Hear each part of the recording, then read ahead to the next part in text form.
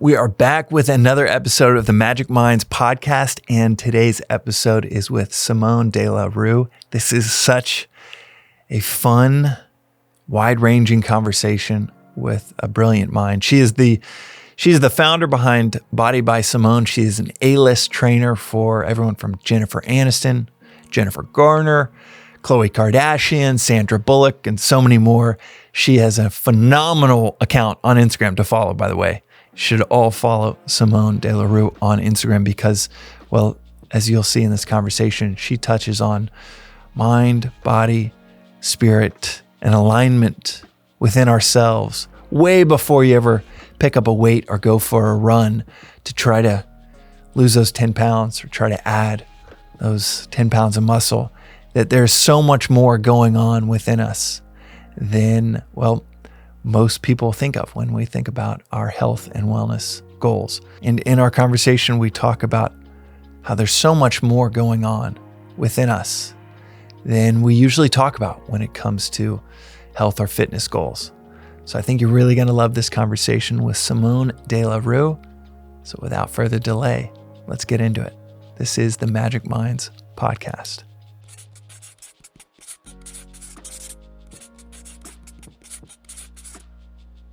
We are here with Simone from Body by Simone and a friend of Magic Mind. Welcome, yes. Simone. Thank you. It's so nice to be here. Thank you for having me. Of course. Thank you for coming. And we might as well Should we do our shot? We should kick off the episode with a Magic Mind. It would be rude not to. I know. It's it's a gift for the listeners. It is. For us to be on our A game. For us to be focused. Mm-hmm. Oh, it tastes so delicious. Good. So, it really does taste delicious. That's I know. what I keep telling people. Saying, no one expected it to taste so good. No, you don't, because you're like, it looks green, and you're thinking, oh gosh, but it's Health really shot. yummy. Yeah. It is so good. How long have you been drinking Magic? Probably about 6 months. Oh, Yeah, awesome. yeah. And I started to incorporate it into my daily routine, and actually really noticed a difference for me more. So it was focus. Mm-hmm. That I was able to focus. Because I don't know if it's mum brain or just that I'm getting older, maybe hitting, perimenopause or whatever, but I just had this crazy brain fog. And so this has really, really helped me, particularly for focus. Especially with your calendar and everything that you've got on your plate. Juggling. And actually for listeners, do you mind talking a little bit about all the things that you do and everything on the plate for Simone De La Rue? So I guess first and foremost, I'm a single parent. I have a 4-year-old son called Oscar, who's the love of my life. So that's challenging in itself, just to try and be all aspects of a parent, totally. To a little guy. And I am the CEO and, founder and creator of Body by Simone, which I've had for 13 years. I am also a health coach, so I do a lot of one-on-one coaching via Zoom. So it's not just technically training and doing physical work. It's doing a lot of the mental, emotional, and spiritual alignment to that physical work as well. And God, what that else? Just on that, do you get phone calls at 11 p.m.? No, I'm a therapist where it's you're the go-to for everything. I think, for what, in a past life, I think I must have been a therapist. My mom's a therapist. It's something that really resonates with me. And I actually say in my line of work, working physically with people and training people for all the years that I have, it is a form of therapy because you end up hearing so much of that person's story in that 1-hour session. But it's definitely something that I'm really passionate about. And I think, the focus originally when I started this 14 years ago was always on the physical body. But what I found throughout the years, unless the mind, body, and spirit are aligned, you're not going to live in your full potential. And people don't realize that, and often people come into me and they say, I want to lose 10 pounds, 20 pounds, 30 pounds. And that's great. But what they don't realize is everything they lose is not just the physical weight. It's like heavy, trauma or whatever it is that got them to that state in the first place. So it's been, it's really interesting. I cannot wait to talk to you about that in this episode. But okay, keep going. And any other things that I'm trying to think. A phenomenal account to follow on Instagram. Oh, thank for people you. that are listening, and that has to be its own Well, that is. It's business like, to manage. Yeah, it's a full-time job, which I'm sure you probably know about as well. And, I used to have people do it for me, but it's like it's not authentic if it's not your voice, So I always like try and just be real. And I think that's another thing I love to talk about is like so much, people's highlight stories of their lives, and especially for women, and I always say this, if I didn't get paid to work out every day, would I be working out every day? Maybe not, It's like that guilt of like, oh, get up and work out and drink this and eat this and, you'll be fabulous. So I think it's really important to tell a real story and be, authentic and show that we're human, So yeah, but that is a full-time job as well, trying to do all of that. Well, how do you do it? And that's such a great, you're already touching on a few things that I would love to discuss with you, whether it's the mind, body, spirit kind of alignment that is so different than just what we conventionally think of, like, all right, I want to gain muscle or I want to lose 10 pounds. And I can't wait to talk to you about that journey of realizing, there's something else to orient towards than just like, okay, a physical thing. There's something else that needs some attention as well. But then also what you're just talking about of authentic voice. Starting on that authentic voice, and by the way, to say it again for everybody listening, go check out and follow your Instagram because it is so, maybe that's exactly why it's so great to follow you, because the voice is so authentic. Thank you. And because it is more than just, buy this, grab this, do this for 4 hours every day, and in some unrealistic sense. Could you give me a lens on just what is the space that you're a founder in health, wellness, fitness? What are the maybe conventional accounts or conventional voices that people will hear?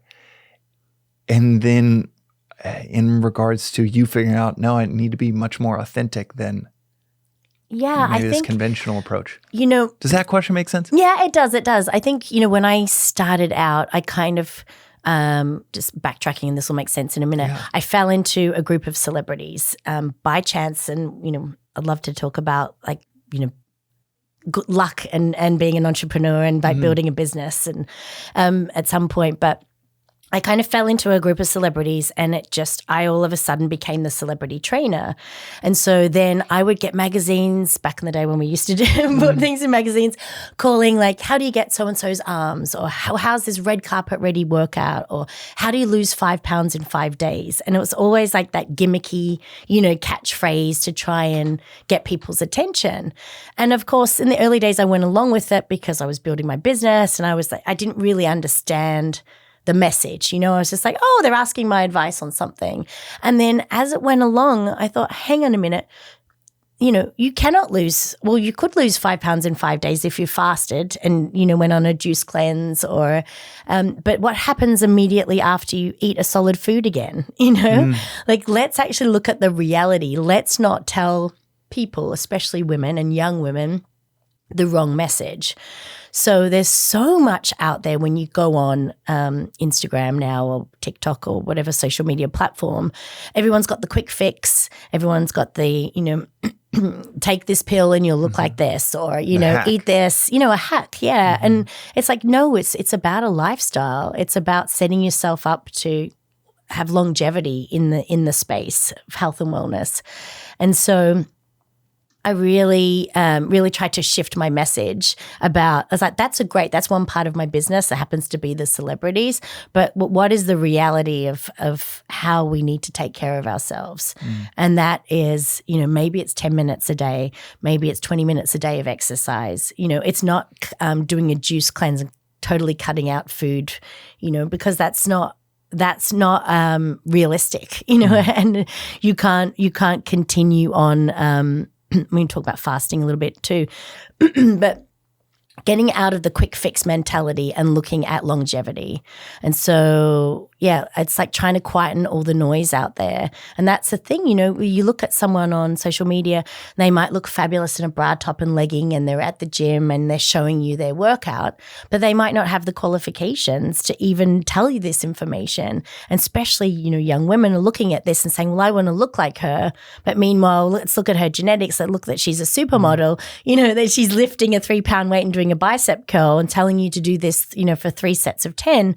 Does she have the qualifications to tell you that information? And realistically, could you look like her? No, because your genetics are different. So it's a hard. And it goes from like, I'm telling you to lift this and this is for men as well, telling you to lift this, 10 times, 3 sets of 10. And then 45 minutes later, you'll buy this. Yeah. And here's a supplement that I have absolutely no qualification to think about. I mean, especially in the Magic Mind nootropic space. Before ever starting Magic Mind, I wrote a book about the sustainable approach to nootropics, adaptogens, and functional mushrooms.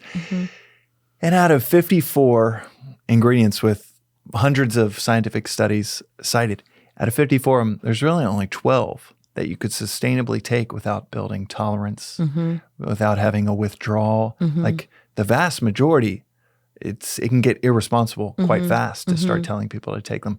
And you come in because it's like, oh, I want to look like them. And then before you know it, you're taking something that has, there are some supplements out there that are just awful for you. Yeah.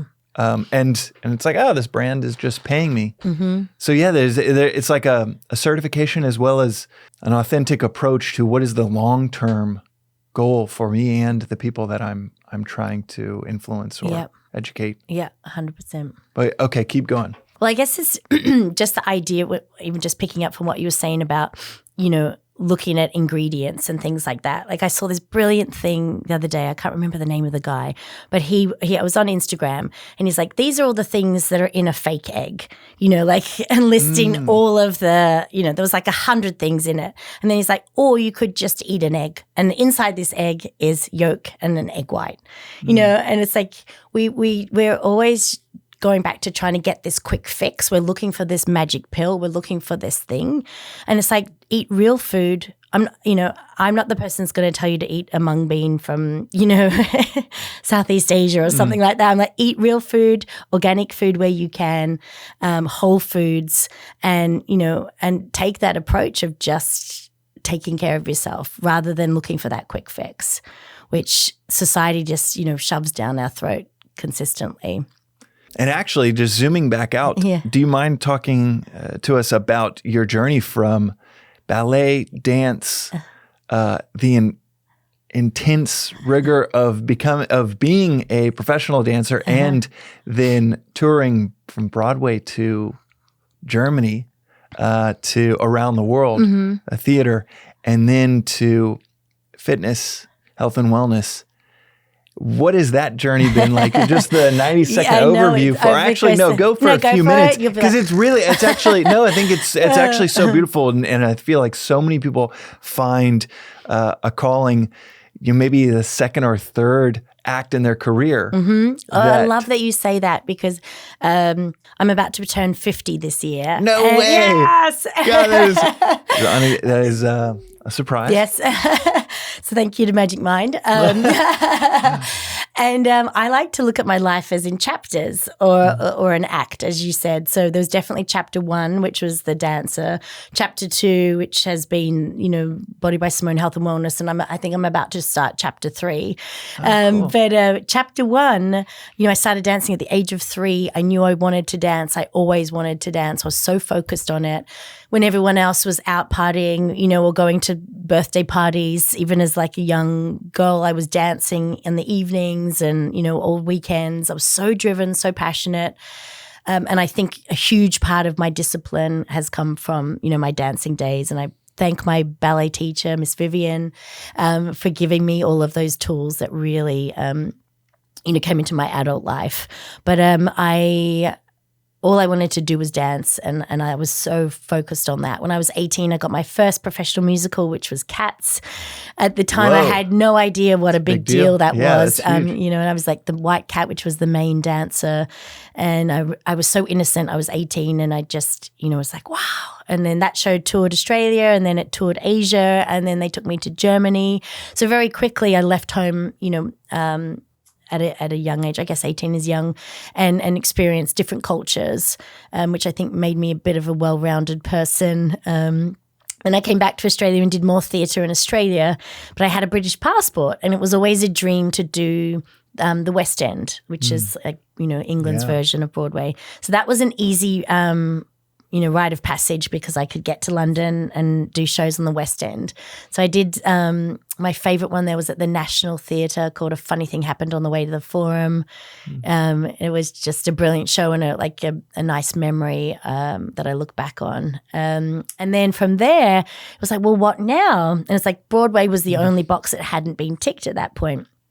So I made my way over to the US, got a green card, and then auditioned for Broadway. And all these things that you're dropping, it's like, it sounds like it's just hot knife through butter, how easy it was. It's not easy, but I was talking to someone about this the other day. I think when you're in your authentic power and it's like where you're supposed to be, it just happens naturally. And I'm not saying that things weren't difficult. There was lots of knockbacks along the way, lots of, auditions that I didn't get. But when you're in your true purpose and living that, things do unfold, and we're always exactly where we're meant to be, right? So I ended up doing a Broadway show and loved it. And then I was sitting in the dressing room, and all the girls around me were all talking about, we're going for the next audition, and what about this audition? And I just kind of had an aha moment of, I've done this for 18 years now. Like, I want to take my power back. I don't want to have to audition for someone and be the person that they're looking for. I want to be my own person. I want to be in control of my destiny. I wanted to create my own thing. So that was my aha moment. And I started Body by Simone the next day. So I was training people in the morning and doing a show at night like a crazy person with no sleep. But I was like, I'm balancing these two passions and this idea that I wanted to create Body by Simone. And so I opened my first studio 13 years ago in New York. And I was terrified. I had no idea how I was going to pay the rent. My hand was quivering as I was signing the lease. I was sleeping on a blow-up bed in the studio, and I was really? The janitor. You're living in the studio. Yeah, I was don't tell anyone because I think that's illegal. Yeah. But I was so committed to this, I literally, I was working the front desk. I was the accountant. I was training 7 hours a day. I was the cleaner. I went in and I was like, I'm doing this. I'm dedicated to doing this. So it was really hard. Yeah, tell me more about the fear. Yeah. The fear and the certainty of I'm going to do it anyhow. Yeah, I think as I'm getting older, I wish I could tap into that again, because there was an element of fear, but there was also an element of I'm absolutely going to do this. I can see it, I can visualize it, and I just went for it. But yeah, I had no clue. I didn't have a business plan. I talk to people now and they're like, oh, well, what was your original business plan? I'm like, a business plan? Are you mad? I just showed up every day. I was just there every day, just working so hard, just, to make it work. And then, as I said, I fell into a group of celebrities, which was just by pure luck. And one thing I say to a lot of young women, when you're starting off a business, be a good person, do a good job, and people will, recommend you. That's the best way to build a business is word of mouth, and protect people's private life, and be respectful. And so that's just kind of how that grew and grew and grew and grew. And then I ended up coming to California because I was working with some actors on some films. And real quick on this foundation, did you, were there any hacks? Were there any, we touched on avoiding hacks. Yeah. Were there any, or was it, you tell me, was it kind of more just straightforward, plain vanilla, work really hard? I just think that's where, when we experience that I had in chapter 1 of being disciplined, driven, ambitious. And as a dancer, you never reach perfection, like, because there's always, like, the leg can lift higher, that, you know, your line can be better. There's always somewhere to go. And so that mentality I took into Body by Simone of, like, work hard, discipline, dedication, drive. And I think also my body was a machine. You know, I would train for 7 hours a day, and people were like, that's ludicrous. Like, how do you do that? But if I look back at my chapter 1, where I was a dancer, we would dance 8 hours a day. Like, that was just the normal thing. So my body knew, my body was a machine and knew what to do. So then I could bring that into, you know, to the fitness world. Yeah, and my mind. And that's the other thing too, I think. We go back to the body, mind, and spirit alignment. You can have a strong body, which I think was the grounding and the training that I had, but you've got to have the strong mind as well. And I credit my mum. She was a therapist, but she was a single mum as well for a long time. But we always did positive affirmations. We did visualizations, and it was always like, you can do this, you can be this. It was always, I had that positive mindset. Tell me the specifics. She would do hypnotherapy on me. You know, we would do like visualizations at night, and we would just, you know, the science behind these things it's becoming crystal clear that this stuff works. And I think people at the time, you know, thought my mum was a bit wacky, but, you know, she was definitely open-minded. And I think, you know, like having a vision board and a journal, you know, as a 5 and a 6-year-old, you know, we know to do that now with our children, but, like, you know, 45 years ago, were people doing that. That's remarkable. Yeah. So I think that's, you know, helped that positive state of mind, and always believing in yourself, and just having that unconditional love from her that made me just believe that, you know, made me quite secure and stable. And so, what kind of hypnosis? Yeah. So, you know, it's hypnosis. It's like, it's not like they're like, you know, tick, tick, tick, tick, you know, waving a magic wand over you, but they get you to a place of relaxation, and then, you know, till your mind is open. Like, if I had a ballet exam the next day and I had a lot of fear and anxiety, we put me into the state of relaxation, and we would talk about that exam, that ballet exam that I was doing, and she would ask me to visualize the whole exam, like the whole routine, and me doing it perfectly. You know, a lot of athletes do this now, you know, obviously for, you know, the Olympics and things like that. But from top to bottom, just visualizing you doing that movement perfectly and with ease and grace and confidence, and, you know, no anxiety and no fear. And so when I went into the room the next day, I was that, you know, and it just happened, and it came. And so, and I know, and people can and should look up success hypnosis, and so many resources online. But yeah, it sounds, I think to some people, one bucket might feel like, oh, it's woo woo, and to another bucket, it's almost like it sounds too simple. Maybe it checks both boxes, but the science behind it is becoming more and more crystal clear. I'm an investor in a company called Mindset Health, and it's a hypnotherapy company, and it is it's just so remarkable how effective this is. I mean, it's effective for success visualizations. It's effective for IBS, quitting smoking. Smoking is the big one, isn't it? All kinds of different applications, and there's no side effects. Yeah. As a kid, I got lost in skiing. I got lost in a blizzard, and I was terrified to go on the mountain again. And so we did this hypnotherapy as well, and like get rid of the fear, see yourself like skiing on the mountain, and it's easy and breezy. And the next day I went out again. Oh, that's awesome. Yeah. What a good fortune to have a mother that's a therapist. Yes, that is. Although, you know, I laugh about this, but, you know, I remember as a child, you know, if I'd get angry or something, she'd be like, all right, Simone, where's this anger coming from? Let's get in touch with this anger. And I'm just like, I'm angry. Racking up a hell of a bill. Yeah, exactly. Okay, and so that is so fun to talk about, because it is, on this podcast, it's much more interesting to me to talk about the inner side of creating.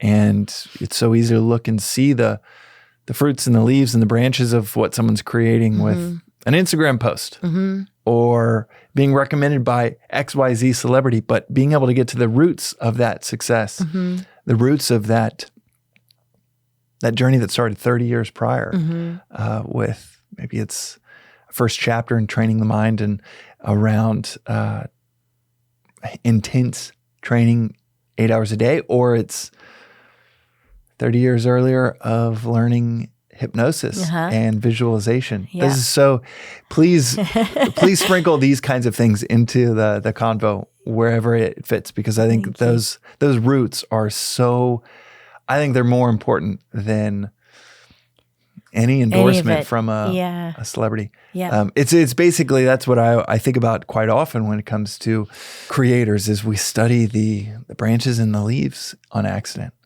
We don't study their roots. Yeah, that's beautiful. I like that. Well, and keep going with the that mind body. Okay, so you realized, or you signed the dotted line anyhow for the lease, for rent for the studio, and you started Body by Simone, and a few celebrities started to take note. Where did the mind, body, spirit alignment come, or was that always there? Where you're like, we're not just going to just focus on the body.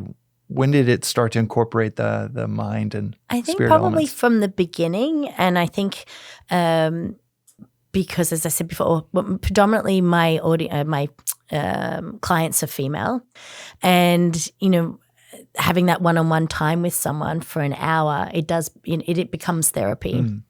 And, in the celebrity world, they have so many people around them always saying yes, yes, yes, yes, yes, and I guess as a trainer, you have to push them beyond that yes, beyond their comfort zone and make them do things that they don't want to do, so that when you actually do that, you see them break down a little bit. So you get to see like more of the raw personality of who they really are, and not just the razzle dazzle of who they show up to in the media. So a lot of my clients I've had for, 10 plus years, and there's a really deep connection there and a deep friendship. We shared a lot of things. So I think the process, and I said before, the process is they come because they're like, I want to look like this, or I need to look like this for a film, or I want to lose this weight. But what people don't realize is like connecting to themselves in a much deeper way. And one of the things that I did 13 years ago, and I still do today with every new client that comes to see me, is that I ask them to stand in front. This is going to, people are going to be like, oh, this is woo-woo. But I ask them. Hey, we welcome the woo here, because so much of, it's like they say, what's new to one generation is convention to the next. To the next, yeah. So I call it mirror minutes. And so I make the client stand in front of the mirror and look at themselves in the eyes and connect with themselves and say one beautiful thing that they like about themselves. And you would think that would be easy, but 9 times out of 10, the client will look away, uncomfortable, or, I don't know, my hair, like they would, and so it's like a lot of the work that I'm doing, that's why I always use mirrors, because in dance you have to look at yourself to see the way you move, and so you get a connection to your body and an understanding of your body that dancers have that I think most people don't. But we really are connected to our bodies. And so that's why I always have mirrors, and I get people to look at themselves and connect with themselves. So not just to start to see that, to love the way that they look, but to actually really look at themselves in the eyes and connect is very powerful. And, slowly over time, people are able to take their eyes off the floor and start to look at themselves. But that's a process as well. They don't usually, even the most confident people that you would think would walk in and be like, hey, have trouble looking at themselves and connecting in the mirror. I'm going to share something candidly. Okay. I think my parents gave me so much positive affirmation that I used to love looking into the mirror when I was 5 and 6 years old and talking to myself. Yeah. See, that's so powerful, but you'd be surprised so many people, can't and don't have that grounding, and like so uncomfortable. And you're saying you can get on the other side of that with yeah, because it's learning to a minute, or is no, it? I mean, it's not a minute. It's not a minute like that. The mirror minutes is something that I think you should try and do every day. Take a minute at the start of your day to look at yourself and really connect with yourself. And it's only when we really slow down or we take the time that we actually even bother to look at ourselves and just have a minute and be like, good morning. And it's like whether you want to look at it as, are you connecting with the inner child? Are you talking to the young James or the young Simone?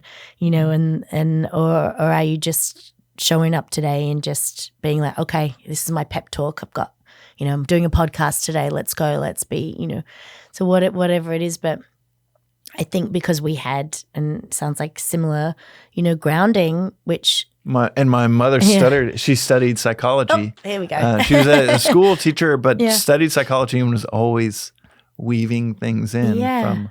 Yeah. One of my greatest fortunes was the positive affirmations that we got. I mean, she was using psychology on us all the time. Which you didn't realize, right? No, I had no idea. Now we use it with our daughter. I use it with my daughters all the time. And it could be, and honestly, parenting tips. People deride social media, but whether it's health and wellness tips, fitness tips, whether it is philosophy, spirituality, whether it is parenting tips, I get so much value out of Instagram specifically for these things. My wife loves TikTok for cooking. And it does, it seems lowbrow to talk about how great social media is, but I'm a phenomenally better parent because of Instagram specifically. And there's all kinds of great psychological tweaks or maybe even better awareness of the psychological repercussions of doing something that seems totally conventional, and they bring you a piece of art and you're like, oh, I love it so much, instead of how does it make you feel? And then they make art because of this attunement that they have with their own bodies. They're in tune with kind of, oh, I'm doing this because it makes me feel great, instead of a very rational response would be because our daughters are handing us art all the time.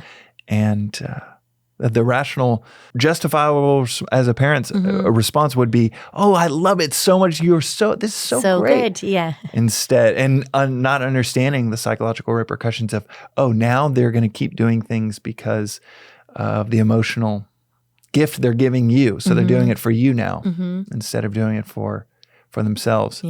But that's such an interesting through line between both of our upbringings, but also the best parenting tips seem to be extremely psychologically oriented. Just even, if they're upset, sitting down with them calmly and asking them to talk about their feelings, rather than brushing it off or telling them to go into another room or, like my son, he communicates so well. I can't believe, I can't believe it. He'll be like, this is I'm feeling frustrated, Mummy, because of this. And I'm just like, okay, let's talk about that frustration. I guess it's like a mirror of my mum, but it's that fills my soul. That to me is like, if my child can be emotionally secure and stable and mature over like, are they good at sport, or, are they doing soccer? Are they doing gymnastics? Are they doing that'll come, like let's create little humans that can regulate their emotions and express how they feel, especially young little boys. It's and another one that I think about all the time is a rush child, is an anxious child, and it makes all the sense in the world to try to hurry a child. Makes sense if you're just thinking like, we've got to get to school on time.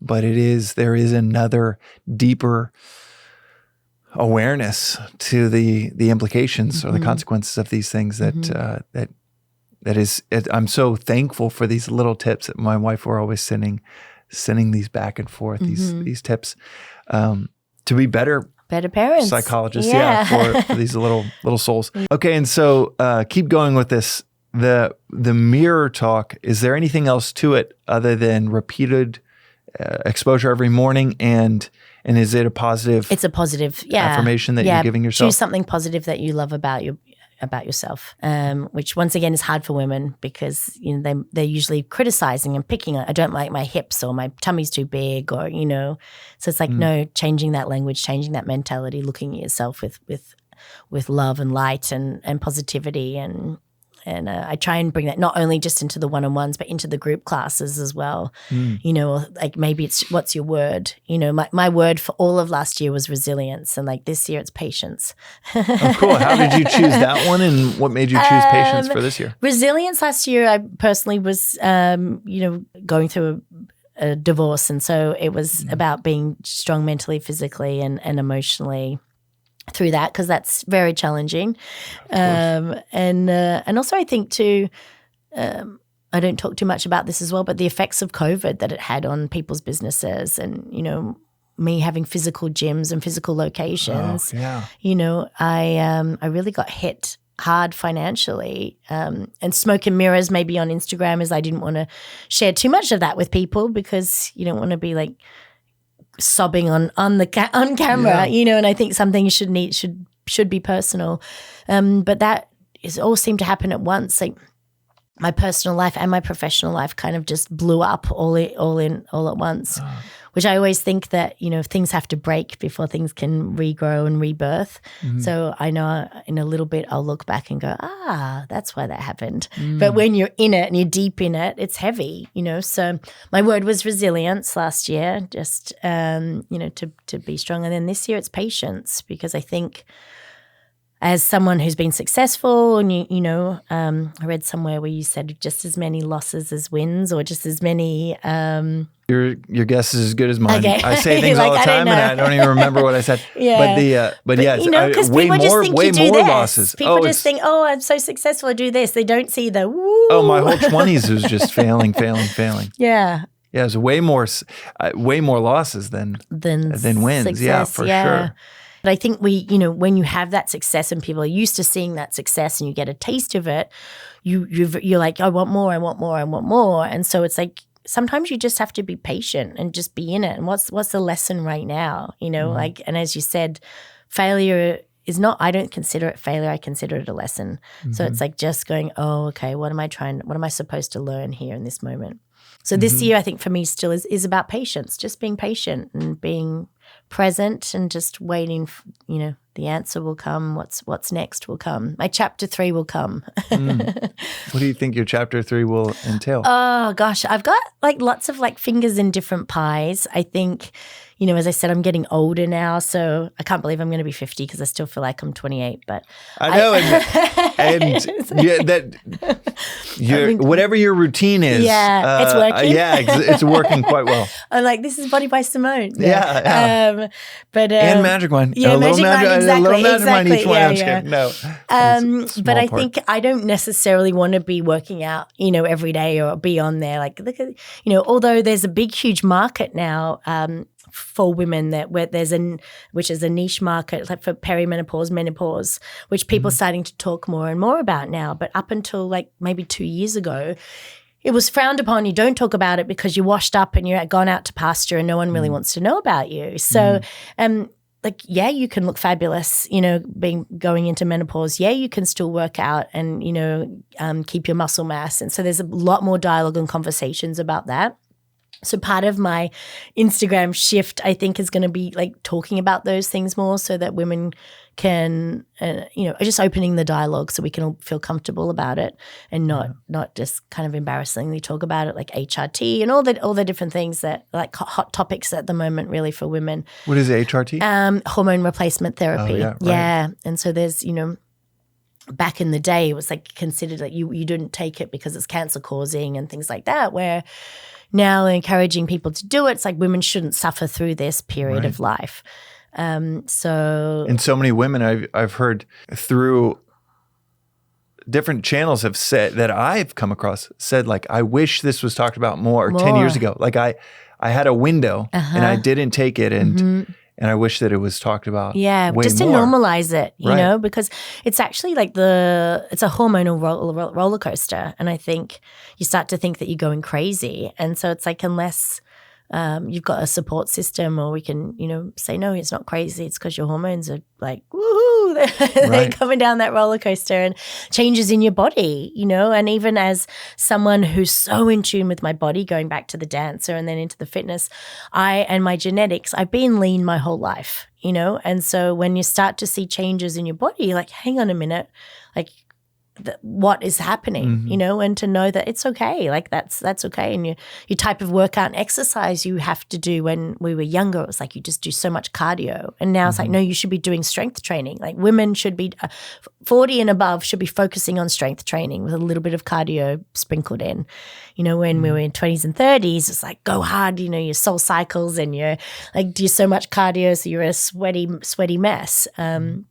But who knows that? No one's talking about that, so there's just different. So anyway, not anyway. I was going to say, what are the other things that no one's talking about that people should be, and that you're like, oh, in 5-10 years, everybody will be. Yeah, I think the strength to cardio ratio is huge for women. I think Tell me more. What's the ratio? So it should be, if you were working out 5 days a week, you should be focusing 3 days on strength training and like 2 days on cardio.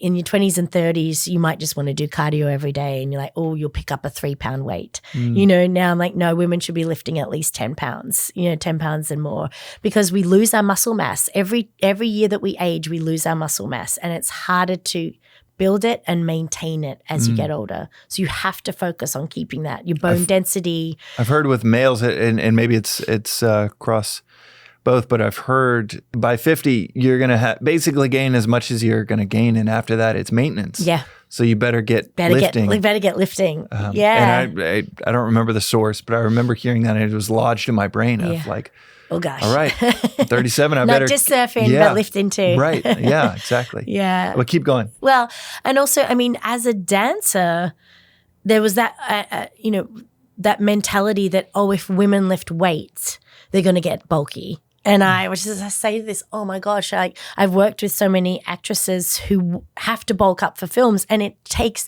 so much work. It's months and months and months of working out, lifting heavy, taking, increasing the protein intake. You're not going to like bulk up, overnight. And so that also is shifting, like women should just lift 1 pound weights and, do loads of cardio. And I even came from that era when, I didn't think that that's what you're supposed to do. And so it's like just putting that knowledge out there and putting that information out there, which I think will be one of my passions. And then another part of chapter 3, I think, is just being creative again. And I did a TV show a while back. It was on E! Network called Revenge Body. And it was like getting participants on the show to help them lose weight. But it was, like a Biggest Loser. It was the same kind of thing, like let's get these people to lose as much weight as they possibly can in 12 weeks, put them on the scales and like, woohoo, let's celebrate they lost 30, 40, 50 pounds, which, is great because we're giving people the tools. However, that's not sustainable. So a big part of, some of the things I'm working on, writing and producing, hopefully, a more holistic approach to, a weight loss show. It's like, let's set people up with the lifestyle plan of like, how do you do this? How are you going to lose weight safely over 12 months? Yeah. Not just the quick fix of 12 weeks and, diet pills and starving yourself and saunas and all the madness that happened. Consistency over intensity kind of thing. Let's build you up so that you can keep this going, going back to the word longevity and, and then trickle that down to your family and your community and sharing that with, as many people as possible. But really once, what we talked about earlier and touched on earlier is sustainable lifestyle that you can live, that's not binging, that's not going to make you miserable. And, once you start to see the changes in your moods, in your weight, in your sleep, in your ability to focus and be good at your job, good parent, you'll start to say, this is, sure, I can still eat a pizza and drink beer, but maybe it's not every day. Maybe it's just on a Sunday. So yeah, we were talking about this a little bit before hitting record, and the philosophy that I teach here in LA, Advaita Vedanta, my favorite definition of wisdom is within this philosophy, and it describes wisdom as the capacity to see the end in the beginning. And when it comes to these kinds of habits, or when it comes to approach for life, what is the point of doing something unsustainable for a fast for 5 days, or something so intense for 12 weeks that there's no way you're going to keep it up by week 38 or week 1,000. Injured or sick. Injured. Yeah. What is the point if you can't kind of keep it up. I mean, it should be like week 12 should be easier than week 1. And I don't know, year 12, you should still be on this climb. That's what we say it with Magic Mind all the time is feel better on day 7 than day 1. Yeah. And we want you to feel better on day 70 than even day 7. But it is so rare to find those things in a world where it's like, just post a result. Don't care about how you got there. Get to that result. Yeah. When it's just going to rebound. Oh, 100%. I mean, you look at the history of all of those participants on all of the shows like that, or anyone really who does a quick fix, they all put it back on, or more. And so it's because they haven't changed the root of the problem. They've just done and the other interesting thing is like people always think, well, if I lose 20 pounds, I'll be happy. Like, no, what is really definition of happiness to you? It's not like how that looks on the scales. If you still don't love yourself, if you still don't respect yourself, if you still don't, deeply feel confident, secure and stable about yourself, then you're not going to be happy. And just because you've lost the 20 pounds, it doesn't make you, is that the achievable end result unless you really get to the root of the problem and get to learn to love yourself. So that's other thing I think that's interesting. It's like, if I lose the weight, I'll be happy. You might be for a day. But if you don't truly love who you are, and if you haven't made peace with that, or if you haven't dealt with whatever the trauma was that got you to the place to put on the weight, then you're never going to be happy. Yeah, it's interesting. And you said that there were so many actors and actresses that you'd think would be able to look at the mirror and love looking at themselves in the mirror. And they might have every superficial accent you'd ever want to their body. And yet still struggle to look at themselves in the mirror. And the idea, the illusion in many of our heads that you're touching on is, well, if I had that, then I'd have that love for myself. I would be happy. If I could lose 20 pounds, I'd be happy. Of course, I'd love looking at myself in the mirror, because what I don't love right now is this extra 20 pounds. Instead of something, sounds like you're touching on way deeper of, no, there's something else. And that 20 pounds might actually be a symptom of the something else. Always.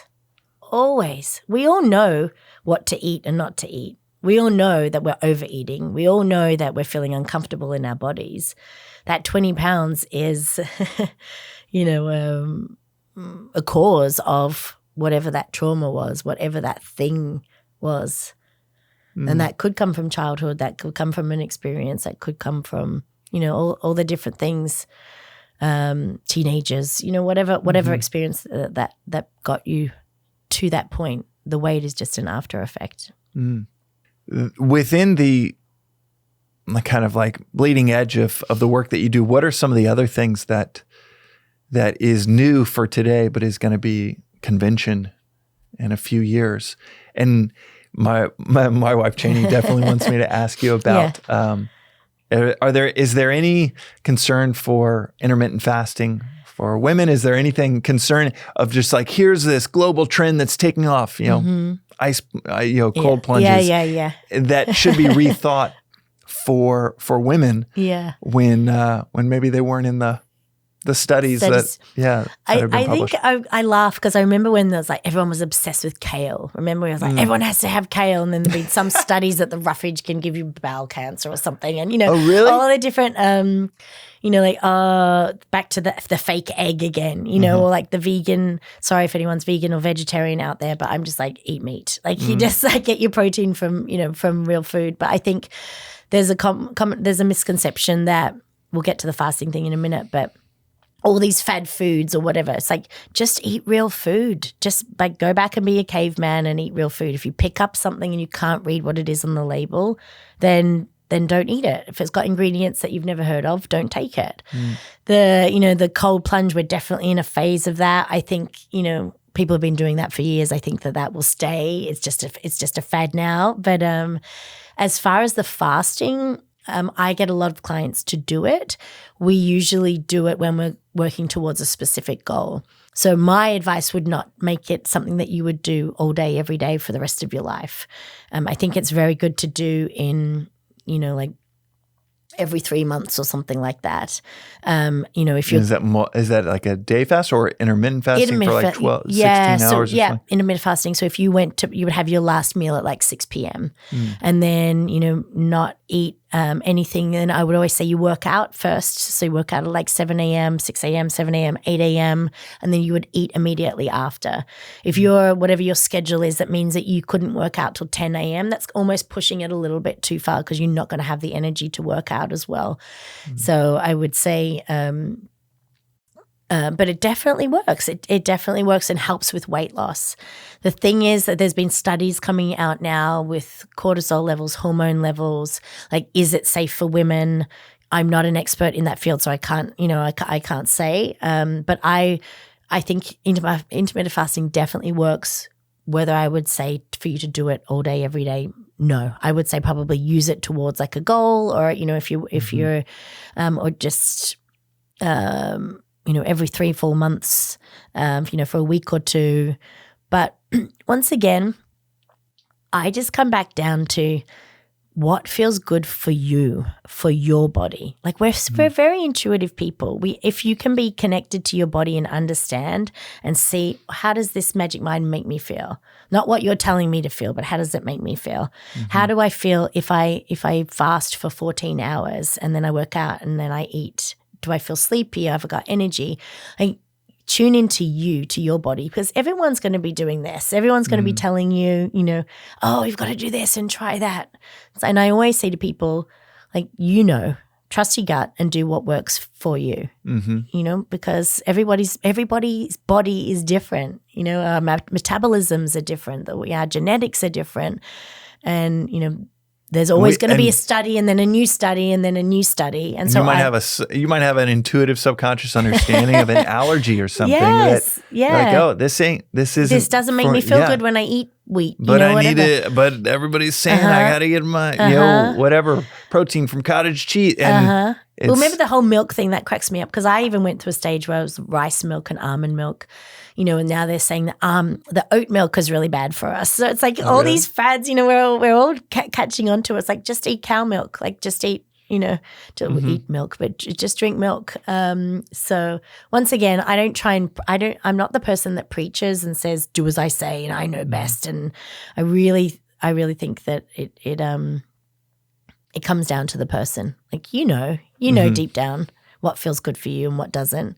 And if you tune out that noise, then that's the best thing that you can do. With such a big part of your mission in making working out fun and making it a happy time, like instead of just like, dreading going to the gym, I got to do this. And it's like, just like, I've got to eat my vegetables. I don't want to, but making it like something that you're looking forward to. What are the ways in which people can, that you see people accidentally make working out a very unpleasant thing and hard thing? And then what are the ways in which we can start to implement different practices or techniques to make it much more fun and something we look forward to? Yeah, the thought of like working out to punish yourself or torture yourself, to me is like, why would you do that? Why would you make it such a negative experience? I've kind of always tried to share that, focus on how the exercise makes you feel as opposed to how it makes you look. If you're going into the gym because you want to, have your bicep look bigger, or you want broader shoulders, or like, especially for women, you want a butt lift, do you want a smaller waist? You're going to be obsessing over, is my waist any smaller, or does my butt look bigger? As opposed to, I'm a little bit tired, I didn't sleep much from the kids, I'm a bit stressed out at work, I'm feeling hormonal, I'm feeling a bit blue. If I just work out for 10 minutes, it's going to shift my mood. It's going to help me focus. It's going to energize me. I'm going to get the good endorphins pumping through my body. It's going to be an instant mood booster. So if I just do that 10 minutes, I'm going to feel great. And then when you do that 10 minutes, that's usually your warm up, and you're like, feel good. I can do a bit more. Let's do another 10 minutes and another 10 minutes, And so if you go back to focusing on how exercise makes you feel as opposed to how exercise makes you look, I think that really shifts the mindset.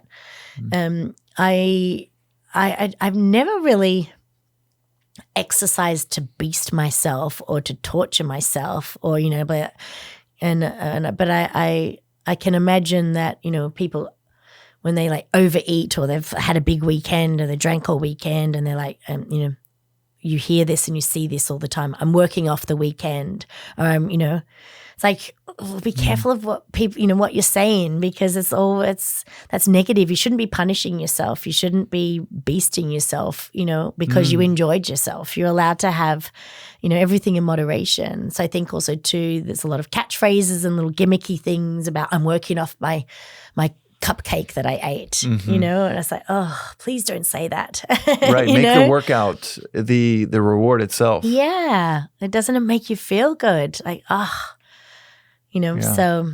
I remember hearing, and it was so profound that I wrote it down verbatim, word for word, and transcribed it, hearing Andrew Huberman, the neuroscientist from Stanford, saying that in his view, the most powerful thing we know about our neurochemistry around motivation is that we can program it. And we can program it, reprogram it to release the rewards during the act that we think we want to avoid. And he said that you can reprogram your pleasure, satisfaction, neurochemistry around the act itself. And it might take a few weeks and it might feel like you're lying to yourself, but telling yourself that I'm loving this. I'm loving this run. Oh, this feels so good.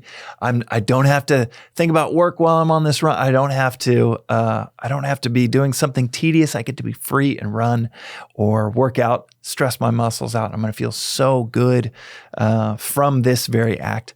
And he said that's the most powerful thing that he's come across is that we can program the actual neurochemical rewards from the act itself. Yeah, that we're trying to avoid so much of the time. And he said it will feel like I said, feel like you're lying to yourself for a few weeks, but after a while, you start to just feel like, oh my God, I'm feeling amazing. It's that just creative from this visualization, thing. isn't Yes, it? yeah, that's right. It goes back to that. And he said the second most powerful thing is that if you create a neurological pathway around rewards after the act, of like, oh, well, I'll get to eat that Sunday. If I work out 5 days this week, I'll get to have that Sunday. Or maybe it's the reverse of just like this weekend, I'm going to pay for it on Monday.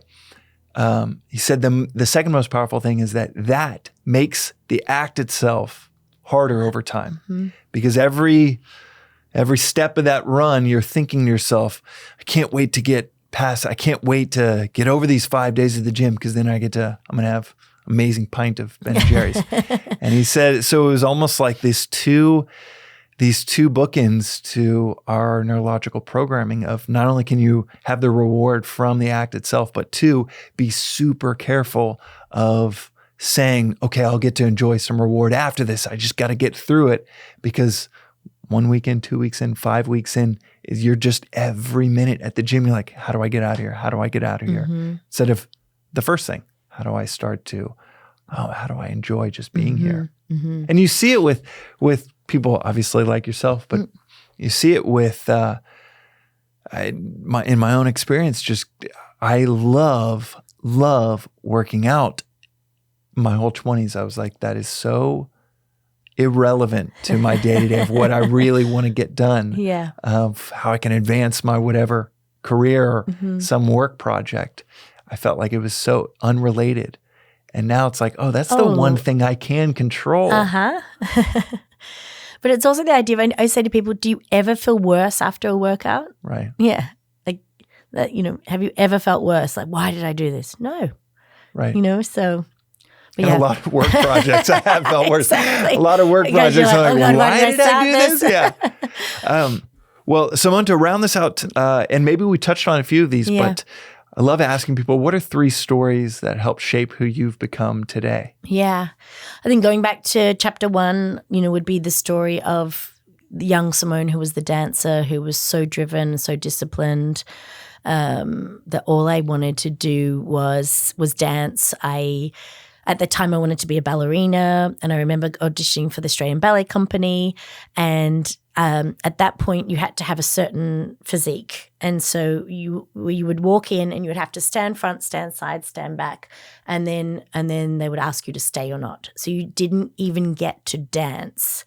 And I remember I had to stand front, stand side, and they said thank you because they said my shoulders were too broad because the physique of especially classical, and longer legs, whatever. So I remember being devastated, like absolutely devastated. I was 16, absolutely devastated at this point. That's all I wanted to do was be a classical ballerina.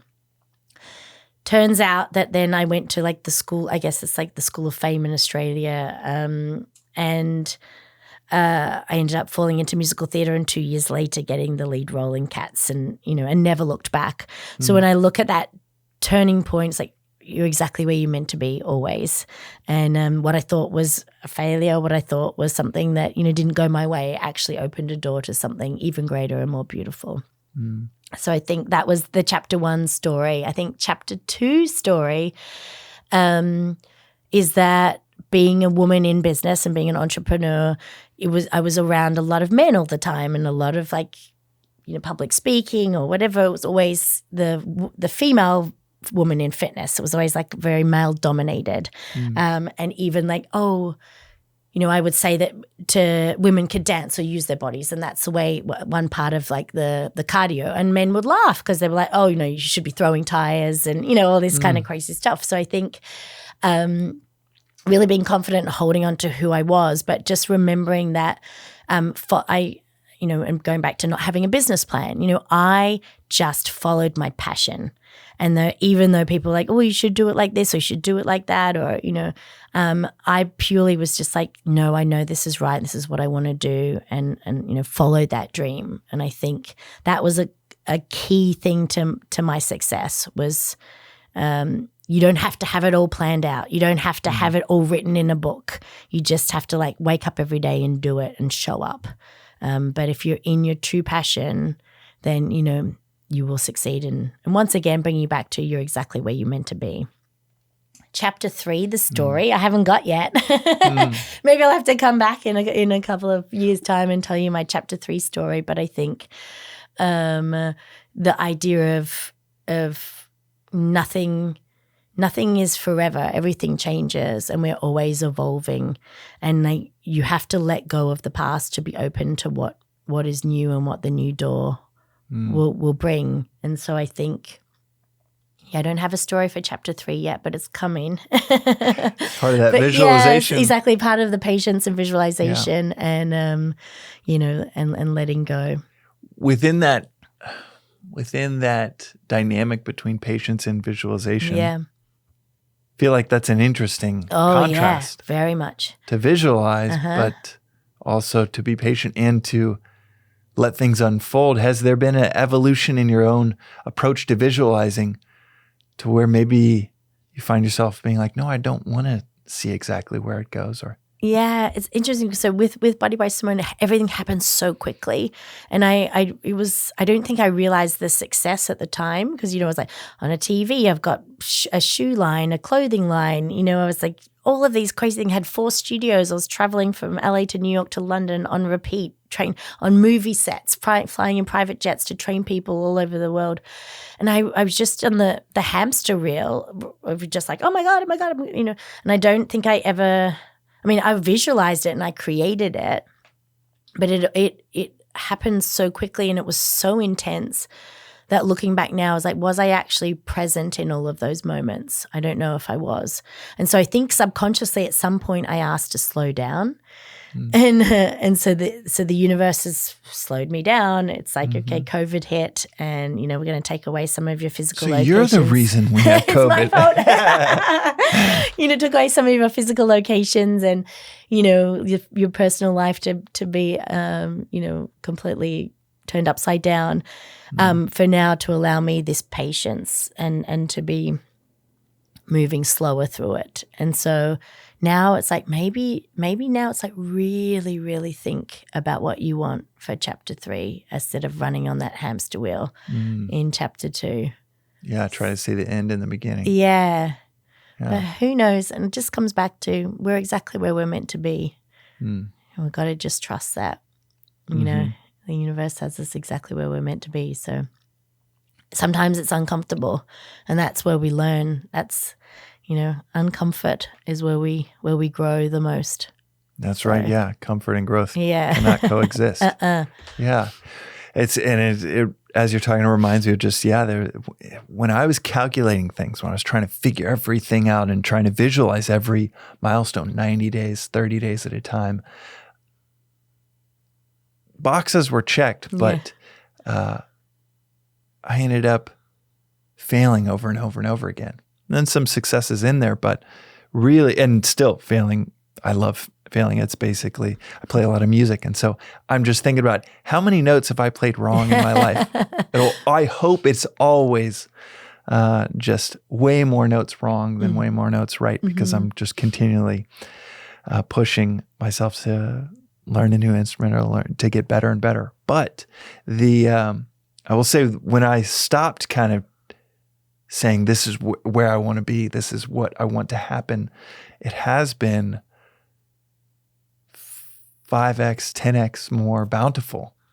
I would have never even had the ambitions for these things that are just so much more beautiful than my limited mind had ambitions for 10, 15 years ago, whether it's little children, whether it's living by the beach. Yeah.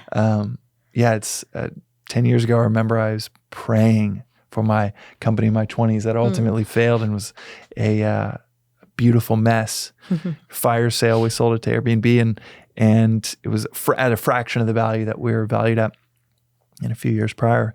And it was I'm so thankful that my designs did not work. I'm so thankful that those prayers were not answered, because I had no idea what I was asking for. I think I basically, and especially working shoulder to shoulder with Brian Chesky, the CEO at Airbnb, our desks were right next to each other, sitting right next to him each day.